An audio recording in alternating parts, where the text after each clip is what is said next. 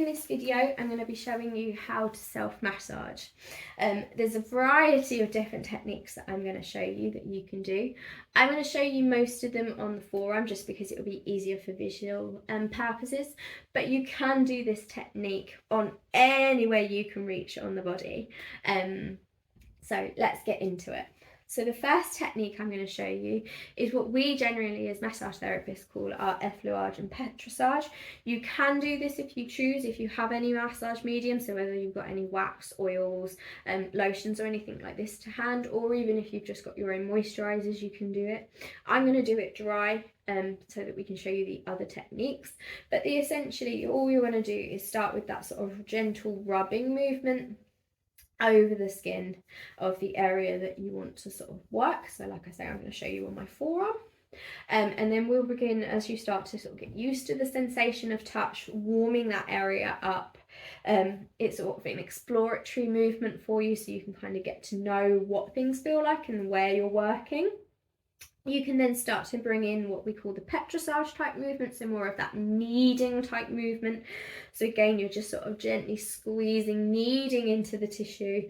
You don't need to be particularly firm. Again, it is just kind of more of like a warm-up purpose that we're using this for, and to kind of get to know how things are feeling. So what you're looking for is anything that might feel sort of more resistance to your touch. So it should feel quite spongy as you're working and pressing, and have a springy sort of feel. If it's feeling sort of tender or firmer, then this is the sort of areas that you might want to be paying attention to. You'll also want to be kind of getting to know where any bony sensations are, so that you know to stay away from the bony areas because that'd be more uncomfortable to work on. You might want to sort of visually have a look and sort of see if there is any sort of bruising, if there's any arteries or veins that you can see in the skin, anything like this. If there's any sort of broken skin, so if you've got any cuts or anything like this, you'll probably want to avoid these sorts of areas for a variety of reasons, because it'll be uncomfortable, it will potentially make it worse. So as you're sort of kneading through, and you can work like this, and you can stick with this technique if it feels nice and is easy. You can sort of sit here until the sort of tissue changes to that sort of softer, more supple sort of sensation, or you can come with me as we sort of delve into some of the other sort of more advanced techniques of the massage. So you can see I'm sitting here massaging my forearm, and I found an area that's particularly tight or sort of more resistant for me. You might also feel some tenderness as well if this is areas that are sort of sore for you. And I'm going to start with what we know as the neuromuscular technique, particularly, or some people will know it maybe by trigger pointing. So this is where we're just holding that pressure and allowing the tissue to relax around the sensation that we're providing. So where you feel an area that is a bit more tighter or a bit more tender, what you can do is apply some pressure, so you can press down into that area. So I'm just using my thumb as a grip. If you're working a larger area, you might want to use thumb over thumb to protect, so you can press and lean into it. So use what's comfortable for your body. You might find if you're like on a leg, for example, you might find leaning with your own elbow is more comfortable to protect your fingers. You might find you want to do it with a forearm if you're working a bit more broad. But I'm on my forearm, so I can use my thumb like so, and all I'm doing is applying a bit of pressure. You don't need to be overly firm. You want to be able to have it so that it's that sort of good pain sensation. So we don't want it that you're bracing around the sensation, and we don't want it that you're having to clench and fight either. You want to be able to sort of relax, take your breath and relax into it. So if you need to be a bit more gentle to begin with, please take the gentler option. And then as you're breathing and relaxing here, what you should find happens is that the muscle starts to soften and relax around your pressure. It might well feel like you've reduced your own pressure when you haven't. This is all signs that this tissue is relaxing and responding to the stimulus that you are providing it. And then at this point, you have a choice. You can either move and do exactly the same, but to a slightly different area, or you can change up your technique and start to bring in one of the others. So one of the other techniques that we quite often do like this in clinic, once you've started to feel a bit released, is provide what's called a soft tissue release. Now the soft tissue release is where we apply this sort of pressure, so apply a lock, and then you create a stretch in the area. So for my forearm, I've got my lock here, as you can see, and then all I'm going to do is take my arm and hand into that extended position, straightening out my palm, and you'll feel a stretch from where I'm pressing. I take my pressure away, I let my hand return to where I had it, I reapply pressure, and then I go again and stretch. And what you should find after a few repetitions like this is that it starts to feel a bit easier. I can do the movement without too much discomfort. I'm getting further, or the tissue where I'm working is getting softer. And these are all clues that this is a technique that you are responding to, and that you can move on and work a different area when that starts to feel easier.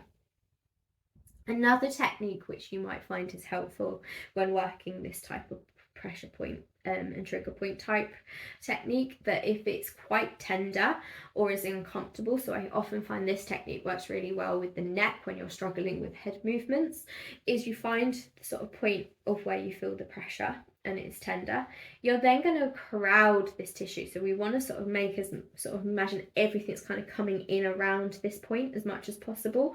So if I'm working on my forearm, I'm going to try and bring my hand in towards my forearm. I'm going to clench this fist. I might even bend my elbow, and what you're looking for is the point where, when you've got this pressure applied, that as you're doing these type of crowding movement is where you're looking for that sensation to reduce or ideally disappear. So if it was on the head, say I had a pressure point here, I'd be maybe dropping my head to the side, shrugging my shoulder up, and what you're doing is what we call a positional release. Once you find that point of ease, so that point where it feels like the pressure has changed, the sensation has changed, you can remove your pressure altogether and just let your hand rest where it the point on the point. And you're going to sit here for about a minute and a half. And what we're doing is just allowing that point of ease. So your brain is sort of sifting through this information of where it was a point which was causing pain and discomfort. And then you've gone and taken it to a point where it's not so painful and discomfort, even though you've still got some sensory pressure there. And it's working out that actually the position it's in is no longer something that should be painful. It's comparing itself to sort of its own blueprints and other information that it's gathering.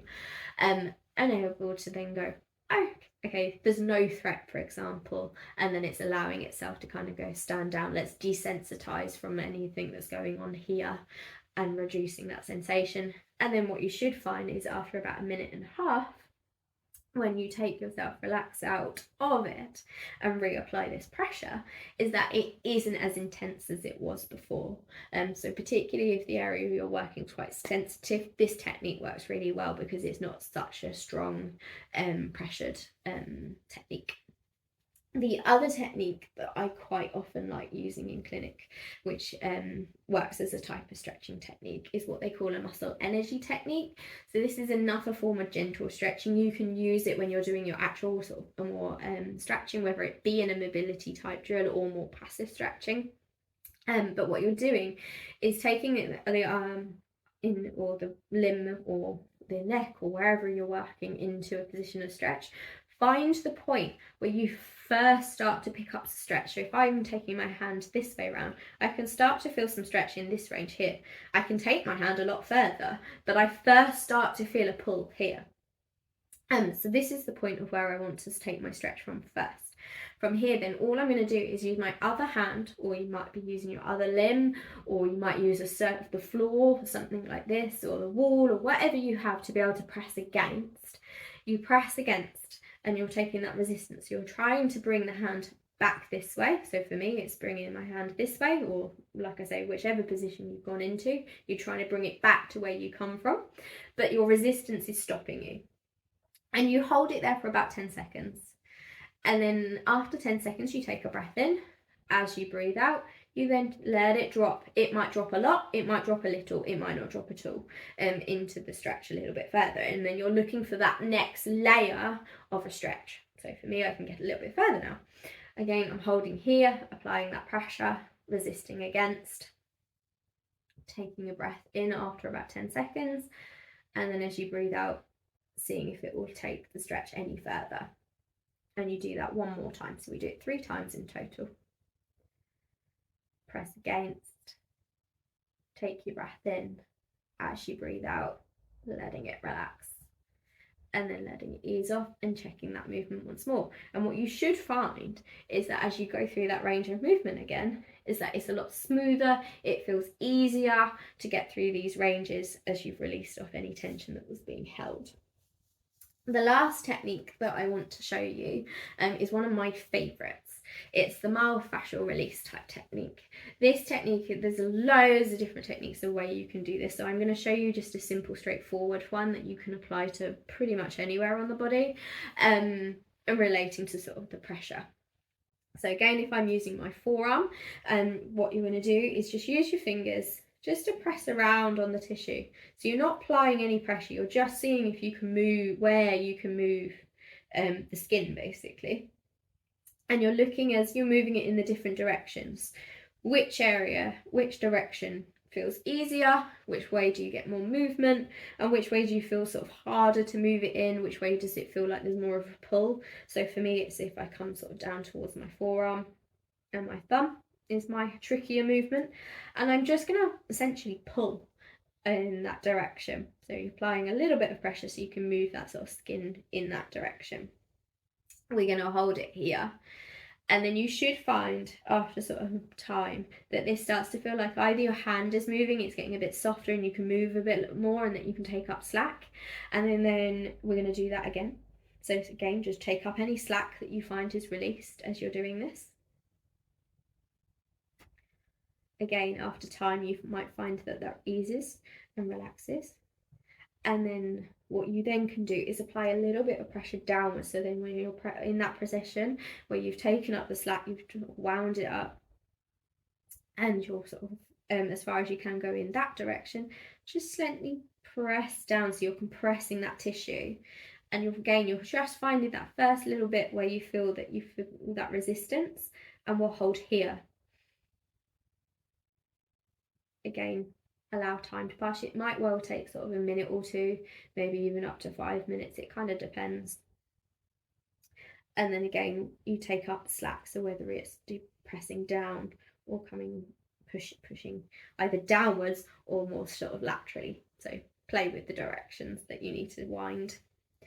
And then after this one, then what you can do is just gently release once it's relaxed again. Taking that movement, letting the hand move back to where, have a little check-in with the body, see how that's feeling, and it should be feeling a little bit freer, like things can slide a bit easier from doing those techniques. So I hope you found this video helpful.